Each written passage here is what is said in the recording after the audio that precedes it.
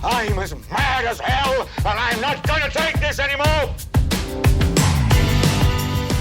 Hello, friends. Welcome back to another exciting episode of Out of Patience with me, Matthew Zachary.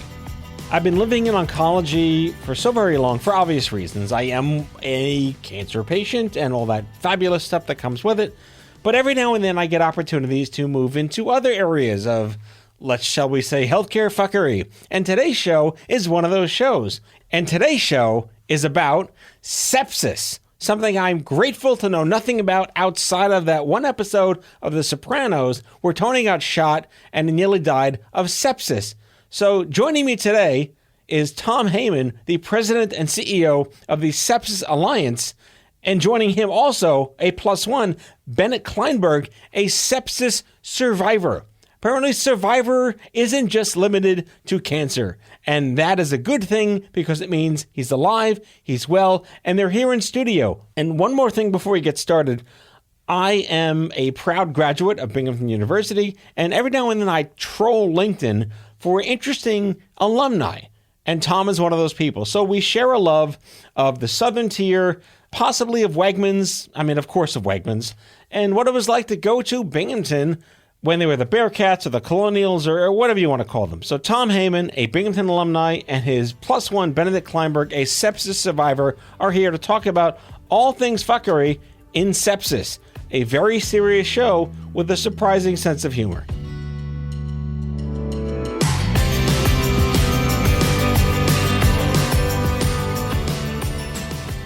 Tom, Bennett, I feel like that's... Welcome, Tom Bennett.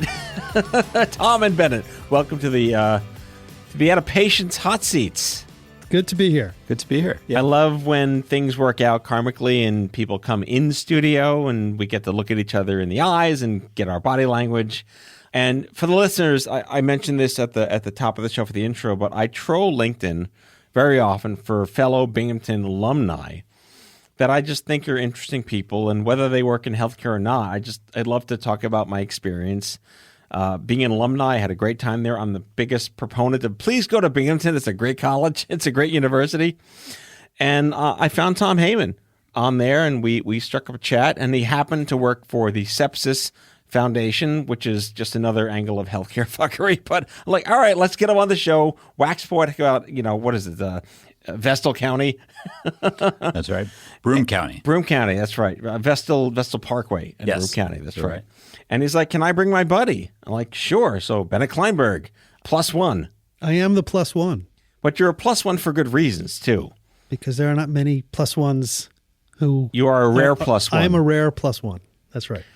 So before we get into the deep, dark stuff, because this is pretty serious stuff, tell my audience your backstory. You come from marketing, advertising, but you are like attached to, Michael Jackson and the Rolling Stones. Go. So, yes, those are two bold-faced names who I have worked for in my career. So my story is kind of quick. I graduated college. I had nothing to do. I came to New York looking for work, and I hooked up with a PR agency, which at the time was one of the premier entertainment public relations firms in the country. Little did I know about PR. And I started working for them, and we represented everyone you could think of, including Tony Bennett at the time. And from there... Rest in peace, Tony Bennett. That's rest in peace. Recently passed as of this taping. Yes, a fabulous client, a fabulous performer. It was wonderful being the assistant to the PR person who represented Tony at the time. But we represented everybody. The firm was Solters, Roskin Friedman. And we were simultaneously representing Barbra Streisand, Frank Sinatra, Tony Bennett, Alan King, Whitney Houston, Barry Manilow. We had a ton of people, and I was just an assistant at the time. And from there, I answered the phone one day, and it was Mick Jagger's manager, and I got a job on the Rolling Stones tour. Long story there. And that's a separate podcast. That's a separate podcast. And I worked on the 1989 Steel Wheels tour, which at the time was one of the highest grossing concerts. Which I attended with my dad and my brother. Which show did you see? It was the one in the city. So Shea Stadium. It was Shea. It wasn't the Shea. Garden, right? It was Shea. No, it was Shea. It was that was an all stadium tour. So that tour, the United States. Right. That was before they won the World Series when I still cared about them. The Mets you're talking about. Yes. And from there, I went back to the agency and I picked up the phone one day and I knew that Michael Jackson was going to be going on tour, and I weaseled my way into a job on that tour, and that became Bennett's big European adventure. I had never been to Europe before, so that toured Europe and Japan. And then I came back and I had nothing to do, and worked for Spin Magazine for a while. Then I worked at Edelman Public Relations, and it was at Edelman my career sort of took a very strange turn, because I went from doing all entertainment to doing corporate stuff. And it was right at the time that the internet was kind of exploding. And sorry, the what? The interweb. The interweb. The tubes. interweb, the tubes. And so one of my clients was launching a website, and they said, could we help them promote that? So I began working right at the sort of the juncture of where music and technology were meeting at Post the time. Napster? Pre-Napster. Pre-Napster. Okay. Pre-Napster. That was a watershed. That was a watershed. I still have memories of this guy coming up to me on the street saying, "Man, there's this thing called Napster, and you can see anything you want. You could listen to anything you want." So from there, my career just sort of took off, and I'm still doing public relations. I've started working corporate public relations and media relations, and I've always worked in the media space. And I'm an independent consultant, and then along the way, in the mix of all that, I got sepsis, which we can talk about later. Right, and you met Tom, one of the most inauspicious. I met Tom. I think I don't even know how many years it's been, but Tom was just beginning to work with Sepsis Alliance, and they were in their formative stages. And Tom can give the history of that. And they said, "Could you help out doing some PR?" And I said, "I really don't know what I can do for you, but I will be happy to help in any way." Wait, was Michael Jackson dead by then? I do not know. He did not have sepsis. No. But Tom, I'm going to start with, like, as much as I'm fanboying over, like, you working with all these people I grew up with that I love. Tom is really the star here, I have to say. He knows. He knows everything. But the fact that you are an author and I'm an author to be. Right. I'm really envious of what it took. I'm sure a labor of love to get all your books out there. Can you talk about your origins as an author? Sure. Yeah. And my roots, it all goes back to SUNY Binghamton and Harper College. Yep. Everything starts there. I was photography editor of the Pipe Dream. Nice. The college newspaper, and got to photograph Jerry Garcia and Rod Stewart and all kinds of great folks. And the editor of Pipe Dream at the time was a guy named Ron Brownstein, who's now one of the great pundits, political pundits on cable television. And I remember him being a great guy. And so we were much younger then. And so I have an interest in lots of different things. From Binghamton, I went on to Northwestern and got a graduate degree in business at Columbia, worked at Lorimar with Jane Fonda in the early days of the home video business, and worked at NPR in Chicago and PBS in New York, and ended up at A&E Television, where I became the first general manager of the Biography Channel. Wow. When it launched, I was there when we launched the History Channel. Back when it told biographies. Yeah, when it told biographies. Before it was about all kinds of things. And we rebranded it to Bio, and had a great run. Grew it into a big business. And somewhere along the way, I started writing books and had an idea one night for a book. I said, I wonder how many people are doing what I'm doing right now. And it became a book called On an Average Day. And it was kind of a statistical portrait of America on an average day. How many babies born, how many people die, how many people killed by handguns, how many M&Ms consumed. And it took off. And as a result, Random House asked me to do On an Average Day in the Soviet Union before it was broken up, On an Average Day in Japan, in an average lifetime. So I had stats in there, like in an average lifetime, the average American spends 6 months waiting at red lights and 3 months having sex. So there were lots of very interesting things, statistically accurate. Wait, was that based on state? Because I would imagine Montana might be the flip. It might be the flip. And it was before Right on Red. So I'm dating myself. Wow. Okay. I wrote a book called The Unofficial U.S. Census, which looked at things that aren't usually counted by the Census Bureau, like how many registered vampires are there in the country, 500, and things like that you need to know. How many forks does the average kitchen have? We didn't get into that level of detail, but I want that answer. We had how many smooth-chested, hairy-chested men, how many small, medium, large-breasted women. We covered all the important things. So a book called "The 10 Things Every Grown-Up Needs to Know." Is that like what I know I learned in kindergarten kind of thing? That was my last book. That was kind of like a Dr. Spock for grown-ups. Mm-hmm. That was the intention of it. So how to buy your first car, how to take care of an aging relative, how to get a mortgage, things like that, how to navigate life. So like a Dr. Spock for grown-ups. Like all the civics they don't teach anymore. Exactly right. Rip civics. Yeah. Yeah. And I have to point this out. You are the inventor of a toy or a game, the Baby Panda game. I need to know about this. So this was at the time when the baby panda had just been born in the Washington Zoo, and the infamous DC baby panda. Yep, that's right. Ying or Ling or something. Ling? I don't Ling, recall. I think. We'll research it in post. Yeah. So I had an intention of being a toy magnate, and the first product that I invented was called the Baby Panda game, which is a kind of a animal paw print matching game, sort of like Candyland, but took place in a zoo and beautifully illustrated by an author who did. If you've ever heard of A Ferd, Michelle Dorman, and it was very successful. Got picked up by Random House Toys and was distributed for many years. And so I had a brief stint as a toy inventor.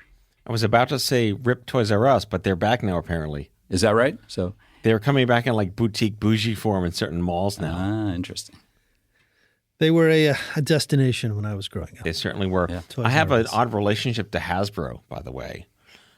The cancer center I was treated at is Hassenfeld at NYU, founded by the Hassenfeld brothers, right, who are Hasbro. From Rhode Island. Yes. And there's a Hasbro Children's Hospital. Yes, there is.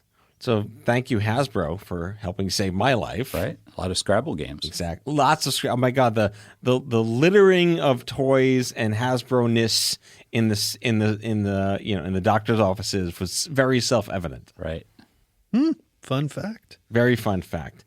So yeah, I mean, and now how'd you wind up in the nonprofit world?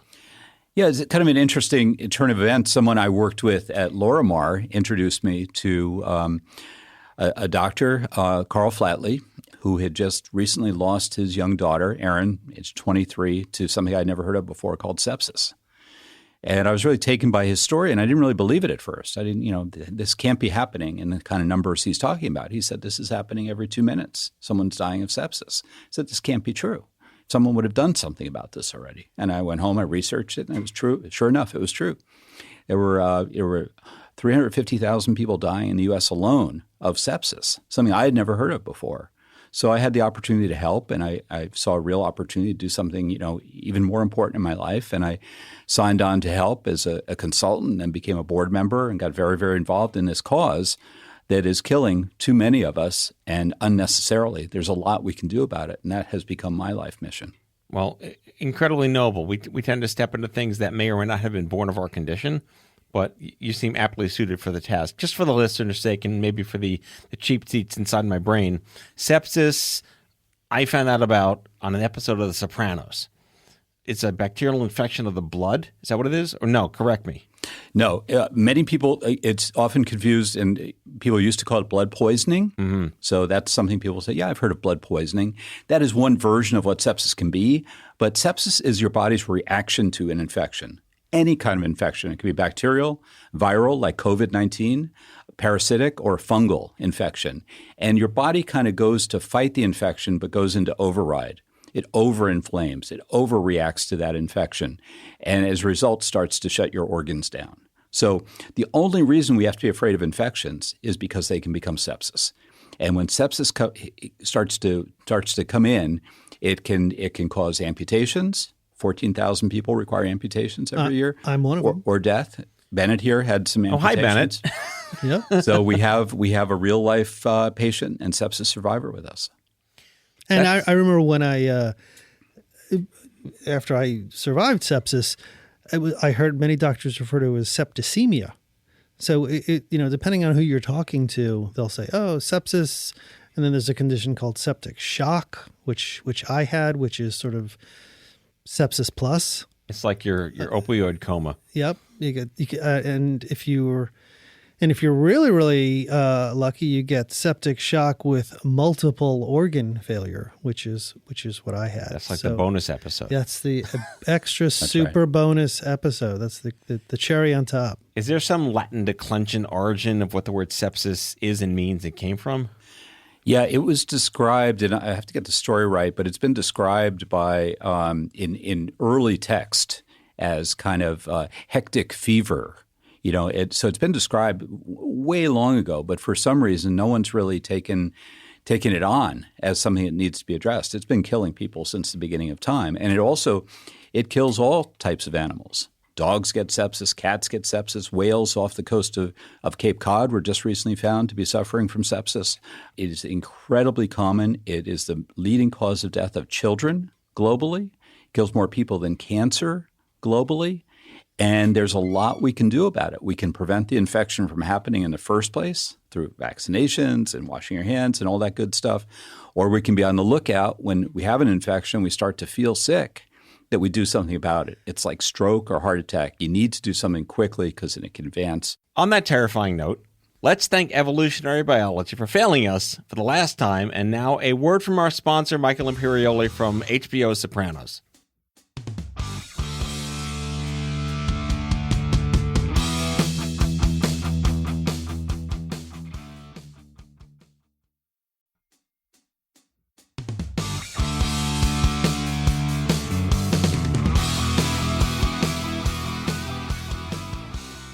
All right, so that was horrifying, although entertaining when we started with the Binghamton Michael Jackson stuff.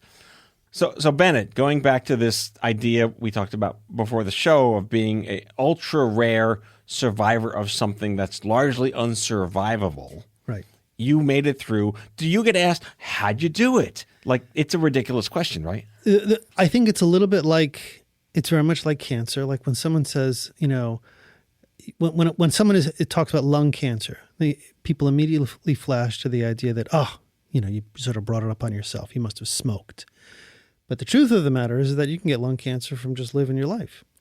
So the first thing people generally say when I say that I have sepsis is that they're concerned with, how did you get it? Because I don't want it.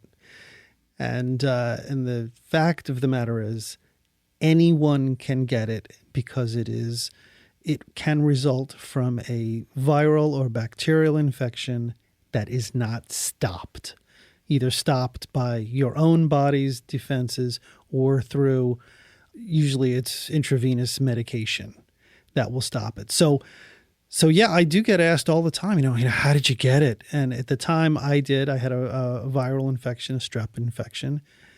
And many years earlier, I had my spleen removed. And for those spleen fans out there, the spleen fan episode. So the spleen is an infection-fighting organ. And when I had it taken out in college, at the time, it was 1980, blah, blah, blah, 84 or something like that. And the doctor said, great, we took it out. Have a nice day. You're all done. No need to have anything really checked after that. And years later, I'm taken to an emergency room, suffering in terrible pain, sweating, fever. Something's going on. And the doctors had me take my shirt off and put on a gown, hospital gown. Guy takes one look at my stomach and says, what's going on there, sir? And I said, oh, yeah, I just had this thing in college. I had my spleen taken out. And immediately he sort of went flush white, turned to the other resident that night and said, we have a problem here. So we talked about, you started talking about how do you get it? You get it from not being able to fight an infection. But in some cases, people who have perfectly formed, who have all of their organs and can fight off infection, they can still be overwhelmed by an infection and it can turn into sepsis. And actually many people who have cancer, who are going through cancer treatment, who have a weakened immune system, they are more susceptible to sepsis than the general population. All right. So all of you spleenless humans listening to the show, be aware. All right. Question for Tom. Biology question, I suppose. Science time. Why does the body go into overdrive, or does it not realize chemically that it's going into overdrive?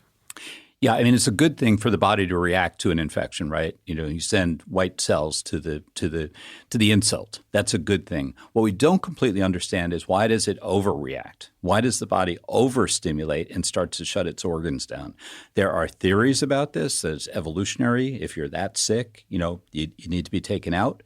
But now we have antibiotics. We have surgery to remove the source infection. So we have interventions. We have vaccines to prevent infections from happening in the first place. So there's a lot we can do medically. There's a lot we can do from an education point of view.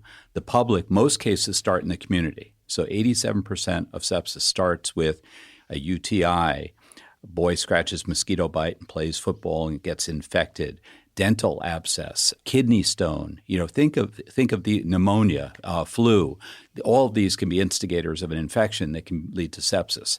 So public education, like stroke, this is a medical emergency. If you're experiencing the symptoms, and we have a neat mnemonic called TIME, T-I-M-E. T is for a temperature, high or low. I is for signs of an infection, which could be an obvious wound on your skin, or it could be painful urination, etc. M is for mental status change. He just wasn't himself. He wasn't right. E is for extreme pain or discomfort. People report that they've never been so sick in their lives.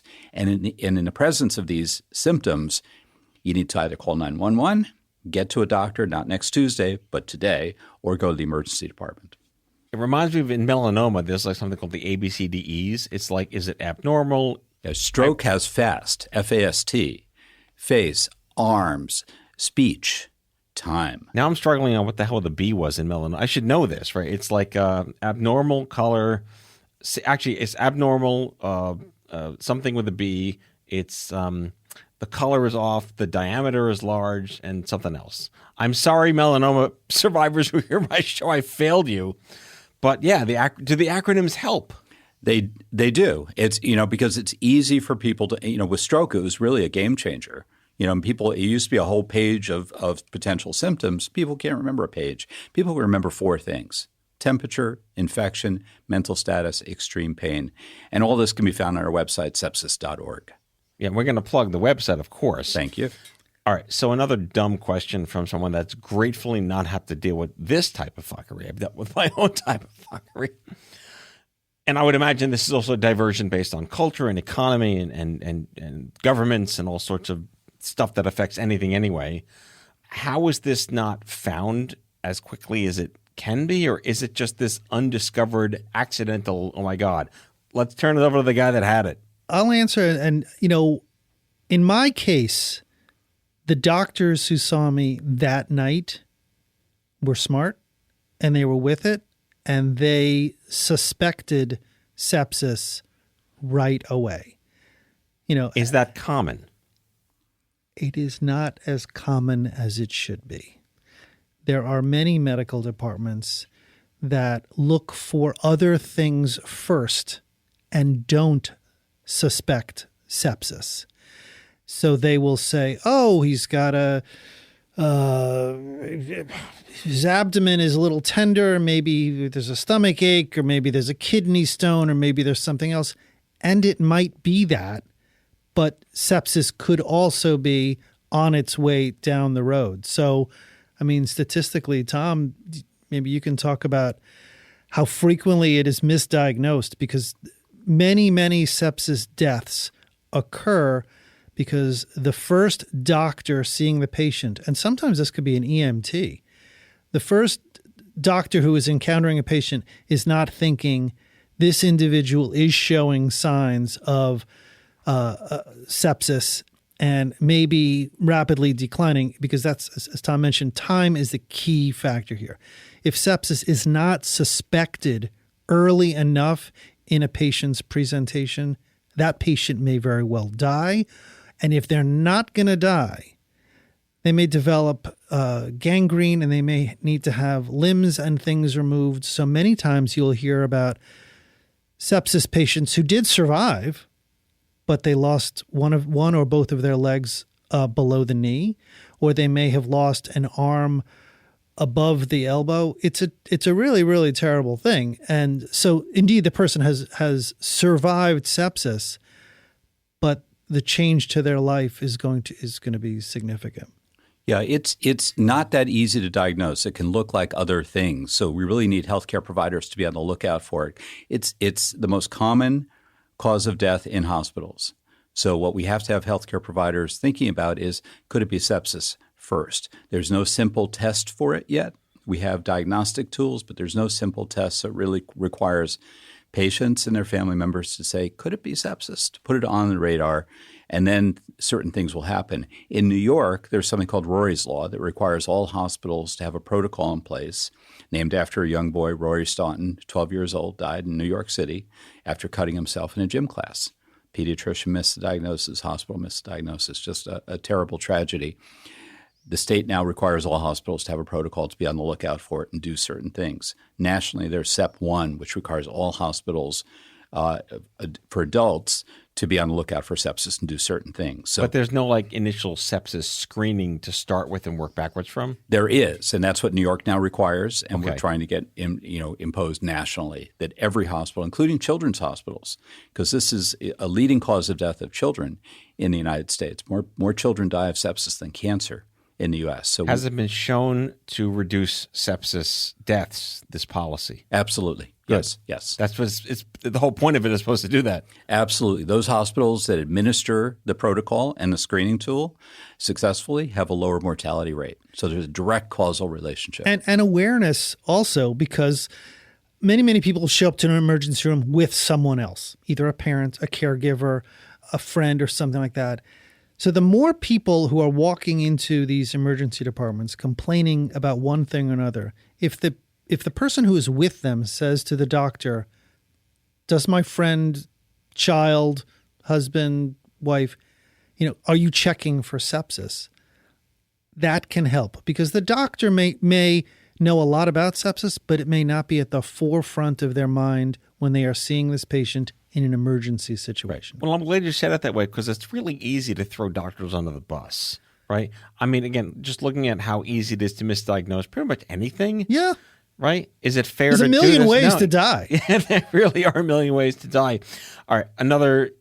I've worked in some cancer health policy work, and I know how hard it is to get other states to give a shit when it works in other states. What case are you making, or who are the lobbyists, per se, on your side trying to get this to work in other states?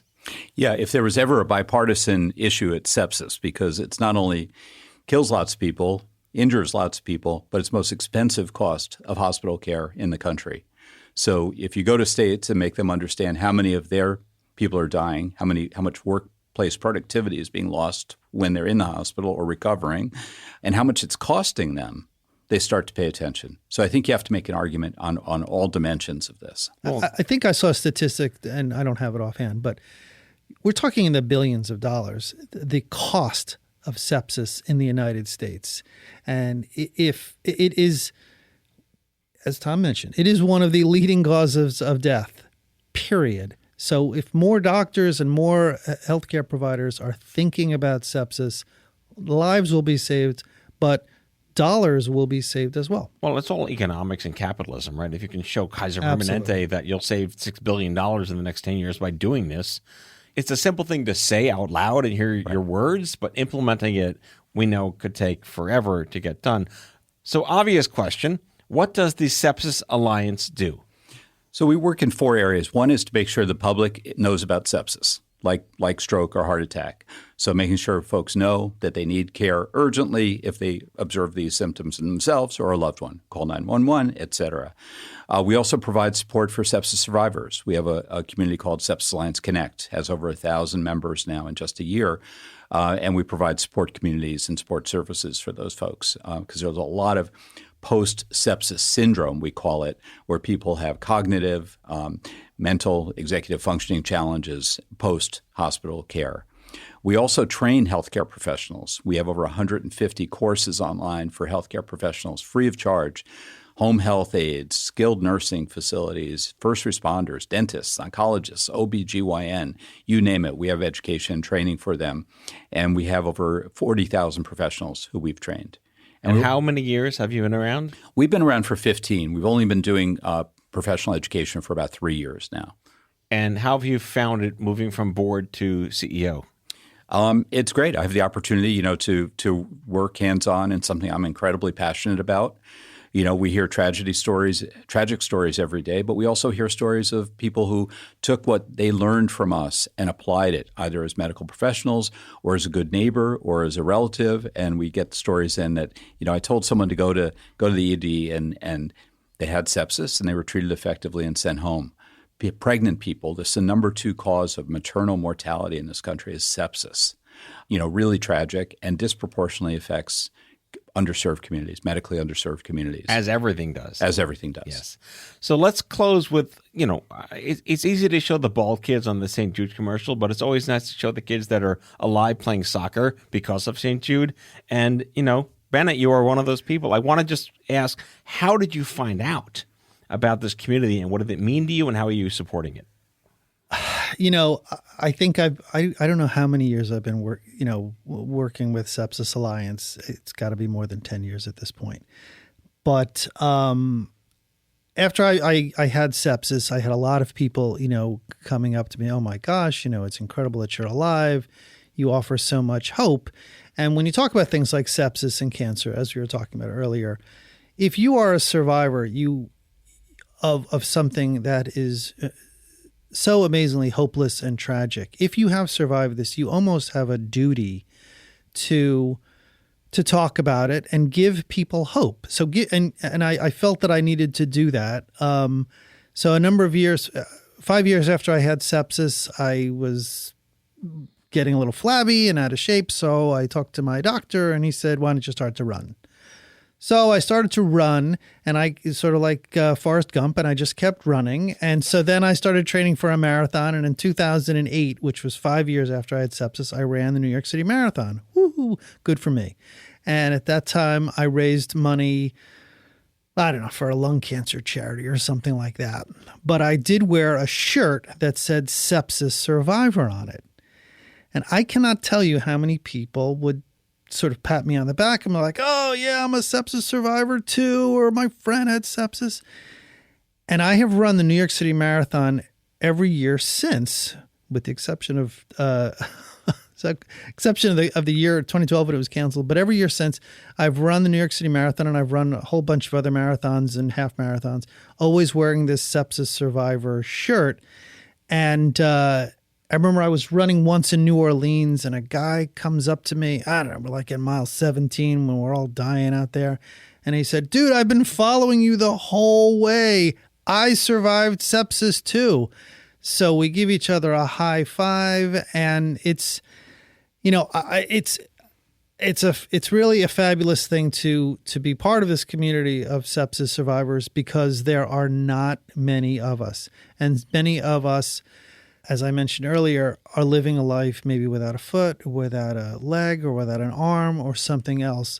So the fact that, all I did is I lost 4 toes is something, it's a miracle. I mean, it's incredible to be here in a room with another miracle. And well, the parallels are extraordinary. Yeah, I mean, the likelihood that you would survive are very low. Isolation, fear, guilt, community, family, it's all the lifestyle of having something happen to you you didn't ask for, and somehow you're still here.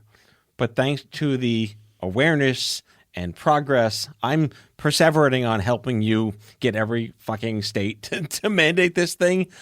But I love being the armchair on this, and I'm grateful for things I have not had. Somewhat grateful for the things I've had, because I wouldn't be who I am if I didn't have them, to case in point. Right. But I want to keep talking about this. We'd love to have you back on the show. This is great. I'm sold. You had me a hello. We're here. We're done. I love this. I hate that I have to love it, but here it is, helping people. I think for the cancer community, being aware of sepsis is very, very important. As you're going through treatment, whether it's chemo or radiation. Yeah, you're at risk for everything that much more. You are at risk. Yes. And raising your hand and saying, I'm not feeling well. Do I have sepsis? An oncologist has a lot on their mind. They're trying to keep you alive. They're trying to do 100 different things. And so reminding them that you may have something else that could kill you besides the cancer that you are fighting is really, really important. Well, Bennett Kleinberg, I don't know how to outro you. I'm just going to say the guy that worked on the Rolling Stone Steel Wheels tour and a sepsis survivor. Tom is a Vestal Plaza Denny's survivor of Binghamton University, my alma mater, and the president and CEO of the Sepsis Alliance. And I just love this baby panda game. I'm going to put a link. You can tell me where I can buy it. I'll put a link in the episode description. Or is it over? It's gone? All right. Rip baby panda game. Rip Tony Bennett. Thank you so much for coming on the show. Thanks so much for having us.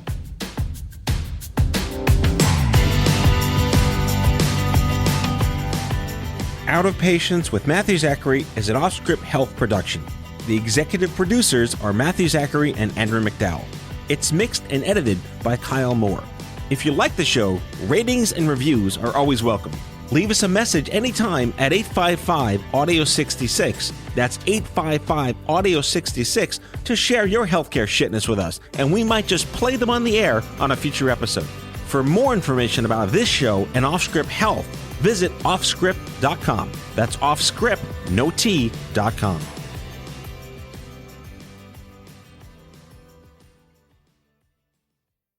Find yourself looking for a new job or change in career? Monster.com is here to help. We are not only here to bring you job postings, but also AI interview prep and salary tools, expert career advice, and top-notch resume services. We've got everything you need to land your perfect job fit. Discover the magic of finding the ideal job with Monster.com. Your future starts now. Visit Monster.com today. Your next job opportunity is just a click away.